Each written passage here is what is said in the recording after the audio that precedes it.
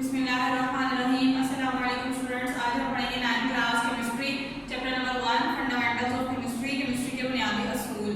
Chapter number 1 में आज का जो हमारा टॉपिक है वो है वैलेंसी के बारे में। वैलेंसी की डेफिनेशन देखते हैं हम पहले। The combining capacity of element with other element. एक एटम की दूसरे एटम के साथ जो मिलने की इस्तादात है उसको हम बोलते हैं वैलेंसी। अब इस्तादात किसको बोलते हैं? हम सलाहियत को बोलते हैं। सलाहियत क्या चीज़ होती है कि एक एटम दूसरे एटम के साथ मिल रहा है। कंबाइनिंग मतलब मिलना। एक एटम अगर दूसरे के साथ मिल रहा है तो वो किस सलाहियत से मिल रहा है, किस तरह मिल रहा है। और हम बात करेंगे कि एक एटम दूसरे एटम के साथ मिलता ही क्यों है, क्यों वो एक दूसरे के साथ मिलते हैं।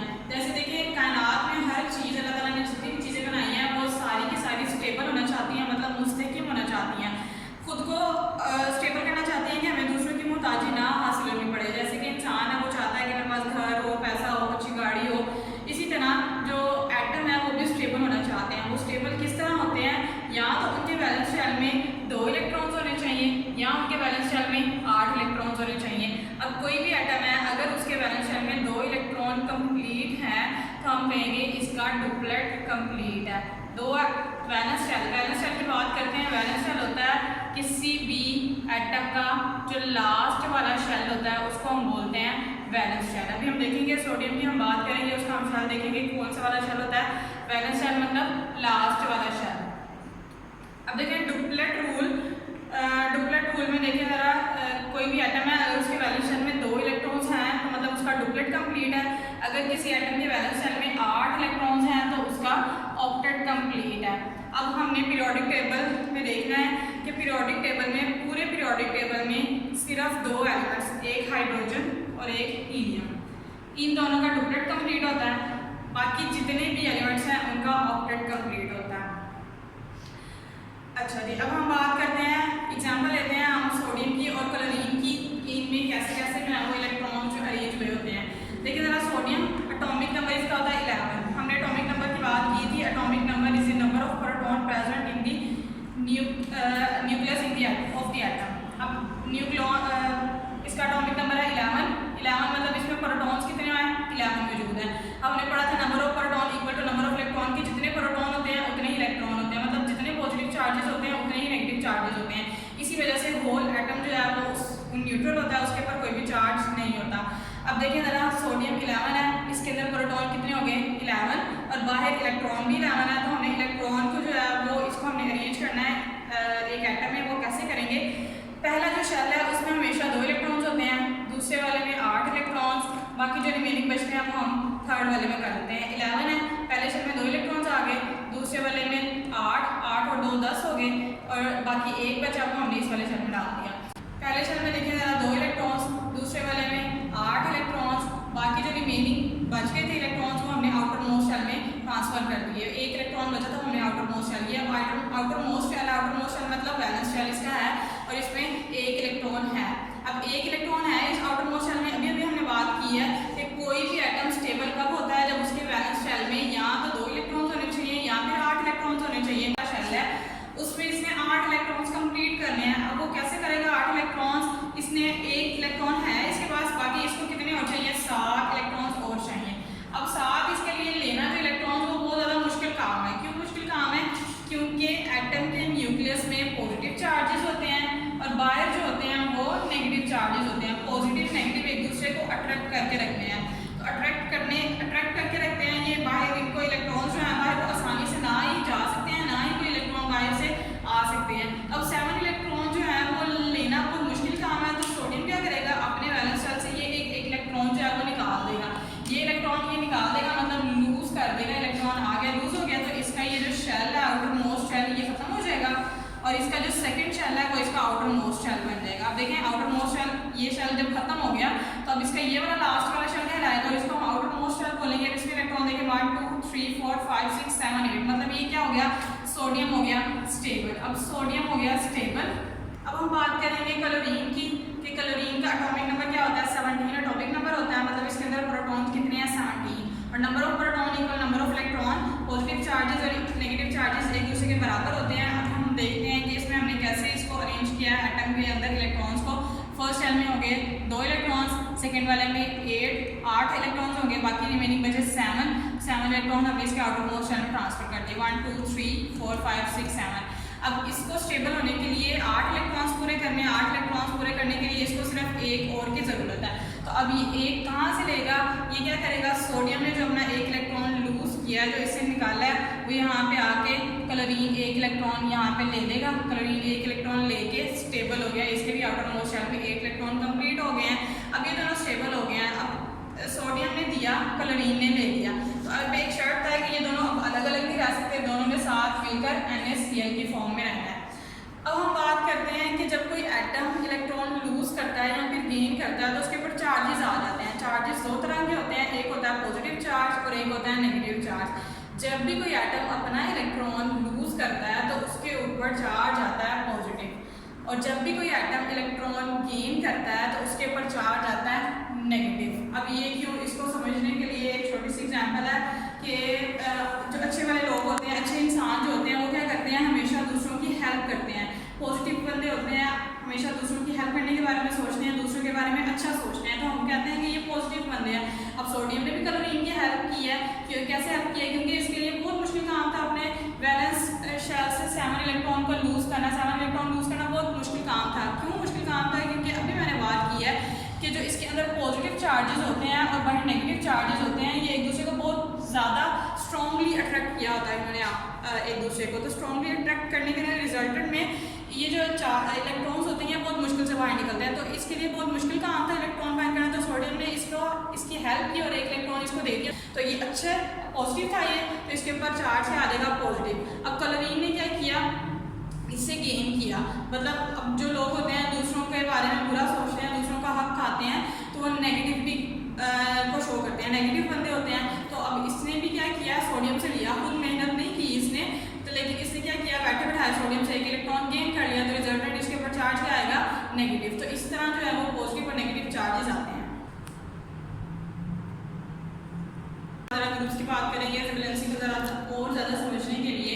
अब ग्रुप रिप्रेजेंट करते हैं, ग्रुप किसको रिप्रेजेंट करते हैं, एक तो वैलेंसी को रिप्रेजेंट करते हैं, एक number of electrons present in the outer most shell को रिप्रेजेंट करते हैं। अब इसका क्या मतलब है कि अब देखिए जरा, एक तो ग्रुप यहाँ पे आपका पीरियोडिक टेबल नजर आ रहा होगा, इसमें 18 ग्रुप्स हैं टोटल। अब 18 ग्रुप्स हैं इसमें, तो पहले वाला ग्रुप की बात करते हैं। अगर फर्स्ट ग्रुप है तो वो क्या शो करेगा, फर्स्ट ग्रुप है तो इसमें जितने भी एलिमेंट्स पाए जा रहे हैं उन सब की वैलेंसी जो होगी 1 होगी। वो क्यों 1 होगी, क्योंकि उसके जो आउटर मोस्ट शेल है उसमें एक ही इलेक्ट्रॉन जो है वो पाया जा रहा है। अब 1 इलेक्ट्रॉन उसके अंदर पाया जा रहा है तो वो क्या करेगा, अपना 1 इलेक्ट्रॉन लूज करेगा। हम इसको भी थोड़ा सा क्लियर कर लेते हैं कि कब एटम जो है वो लूज करता है और कब गेन करता है। अगर उसके आउटर मोस्ट शेल में 3 या फिर 3 से कम इलेक्ट्रॉन्स हैं तो वो क्या करेगा, लूज कर देगा, निकाल देगा। अगर किसी एटम के वैलेंस शेल में 5 या 5 से ज़्यादा इलेक्ट्रॉन है तो वो हासिल करेगा। अब हमने बात की है, ये भी बात हमारी क्लियर होगी, इससे हमारे और ज़्यादा आसानी हो जाएगी समझने के लिए कि ग्रुप नंबर 1 है तो मतलब सब जितने भी एलिमेंट उसमें पाए जा रहे हैं उन सब के आउटर मोस्ट शेल में एक ही इलेक्ट्रॉन होगा। अब 3 से कम है तो वो क्या करेगा, निकाल देगा तो रिजल्टेंट चार्ज उसके ऊपर क्या आ जाएगा, पॉजिटिव। अभी हमने बात की है कि जो एटम इलेक्ट्रॉन लूज कर देते हैं तो रिजल्ट में उसके ऊपर चार्ज आ जाता है पॉजिटिव। अब ग्रुप नंबर 2 की बात करते हैं। ग्रुप नंबर 2 है, मतलब जितने भी एलिमेंट पाए जा रहे हैं उनकी वैलेंसी क्या होगी, 2 होगी। क्यों 2 होगी, क्योंकि उसमें number of electron present in the outer most shell, उसमें आउटर मोस्ट जो उसका शेल है उसके अंदर 2 इलेक्ट्रॉन मौजूद होंगे। अब 2 इलेक्ट्रॉन को क्या करेगा, निकाल देगा, तो उसकी वैलेंसी क्या हो जाएगी, 1। अब हमने अभी एग्जाम्पल देखी थी सोडियम की और क्लोरीन की, कि सोडियम की वैलेंसी थी +1 और क्लोरीन की वैलेंसी थी -1। अब सोडियम क्लोरीन के साथ मिला था, यहाँ पे देख रहे थे आप, सोडियम जो है उसने क्लोरीन को 1 इलेक्ट्रॉन दिया था। अब 1 इलेक्ट्रॉन दिया था तो रिजल्टेंट चार्ज इसके ऊपर प्लस, और 1 इलेक्ट्रॉन इसे दिया था तो इसकी वैलेंसी होगी +1। क्लोरीन ने 1 इलेक्ट्रॉन गेन किया था तो इसकी वैलेंसी होगी -1। अभी हमने डेफिनेशन में देखा था कि कंबाइनिंग कैपेसिटी मतलब सलाहियत, कोई भी एक एटम है वो दूसरे एटम के साथ कब मिलता है, कितनी सलाहियत से मिलता है, क्या देकर मिलता है। तो जाहिर है एटम जब आपस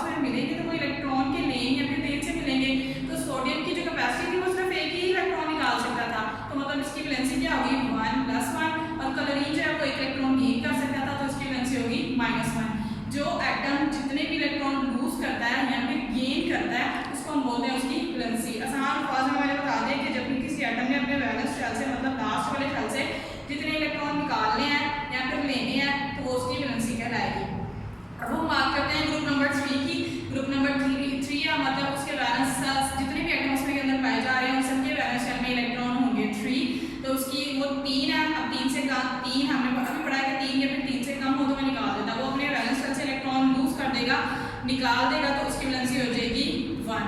4 वाले की भी हम बात नहीं करेंगे, अब हम 5 की तरफ चलते हैं। 5 से थोड़ा सा केस जो है वो हमारा चेंज हो जाता है।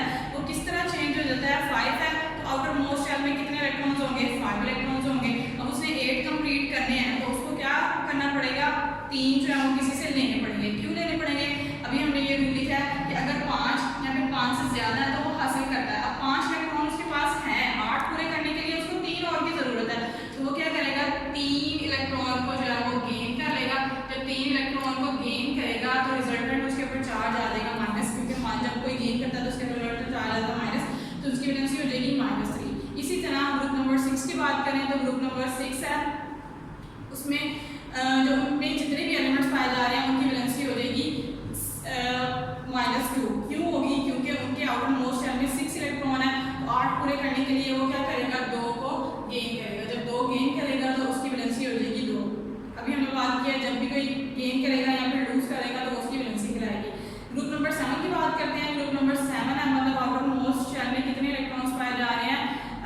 7 इलेक्ट्रॉन है, और 8 कंप्लीट करने के लिए कितने और चाहिए? 1 और चाहिए। जब 1 गेन करेगा तो उसकी वैलेंसी क्या हो जाएगी? 1 हो जाएगी। गेन करने के रिजल्ट में माइनस आ जाएगा तो -1। अब हम बात करेंगे ग्रुप नंबर 8 की। ग्रुप नंबर 8 है, मतलब आउटर मोस्ट शेल में कितने इलेक्ट्रॉन्स होंगे? 8 इलेक्ट्रॉन्स होंगे।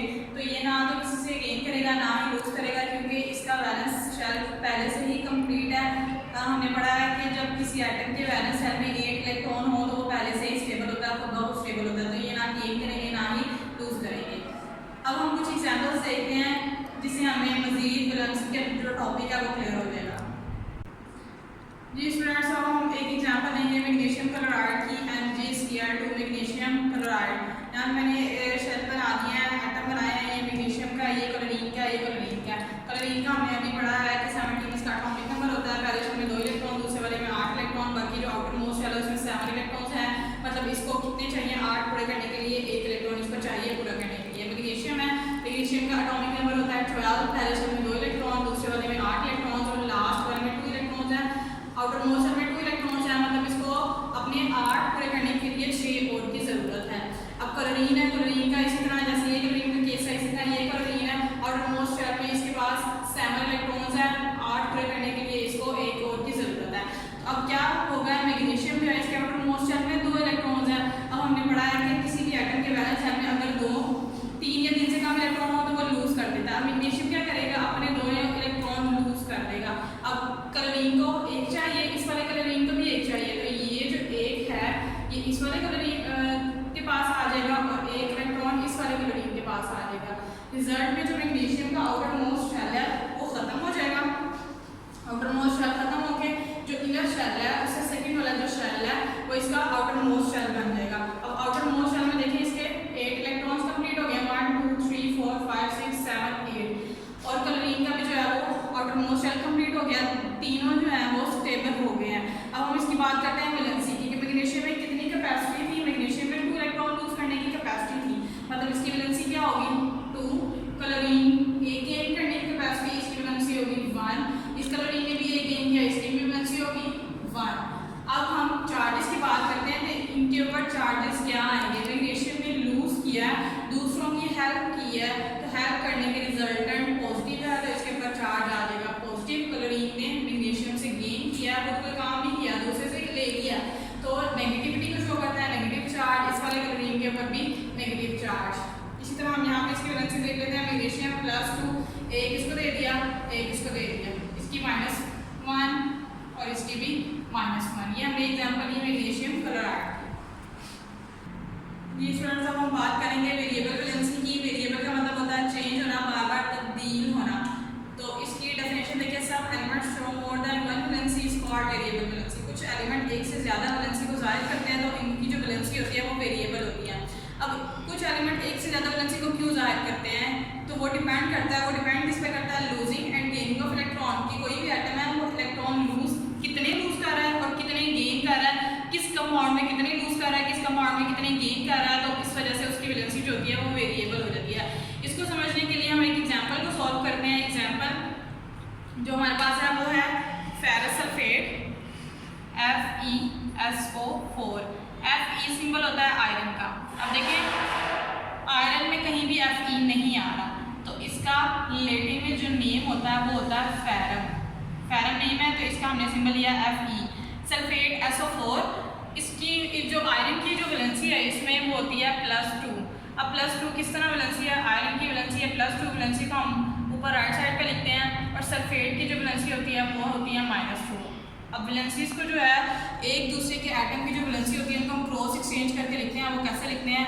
Fe, इसकी वैलेंसी इसके नीचे आ जाएगी, SO4 इसकी वैलेंसी इसके नीचे आ जाएगी, तो ये हो जाएंगे कैंसिल आउट। तो इस कंपाउंड जो बनेगा वो बनेगा FeSO4। मतलब इसमें क्या शो हो रहा है कि आयरन अपनी वैलेंसी को क्या शो कर रहा है? 2 शो कर रहा है। अब हम एक और कंपाउंड, तो इसका नाम जो बना वो बन गया फेरस सल्फेट। देखिए इसका नाम था, आयरन सिर्फ अकेले आयरन की बात करें तो उसका नाम होता है फेरम, लेकिन जब हम कंपाउंड के साथ मिल जाता है तो वैलेंसी 2 शो करता है, तो इसका नाम हो गया फेरस सल्फेट। इसी तरह एक और एग्जांपल लेते हैं हम इसकी, जिसमें ये वैलेंसी को 3 शो करता है। आयरन अपनी वैलेंसी को 3 शो करता है। वो कैसे? यहाँ पे FeSO4 होल 3, यहाँ पे आयरन की जो वैलेंसी शो हो रही है वो 3 शो हो रही है। वो किस तरह शो हो रही है? देखिए जरा, Fe इसके ऊपर इसकी वैलेंसी यहाँ पे +3, यहाँ पे SO4 इसकी वैलेंसी -2। क्रॉस एक्सचेंज कहते हैं इसकी वैलेंसी इसके नीचे, इसकी वैलेंसी इसके नीचे। Fe सल्फेट की वैलेंसी -2 हम यहाँ पे लिख देंगे, SO4 आयरन की वैलेंसी +3, तो हम यहाँ पे ब्रैकेट लगा के इसके नीचे लिख देंगे। ये दोनों आपस में कैंसिल आउट नहीं हो सकते, तो हम इसको इसी तरह लिख देंगे Fe2। जब हमने इस तरह लिखना है फिर नेगेटिव और पॉजिटिव चार्जेस नहीं लगाने हमने, SO4 होल 3।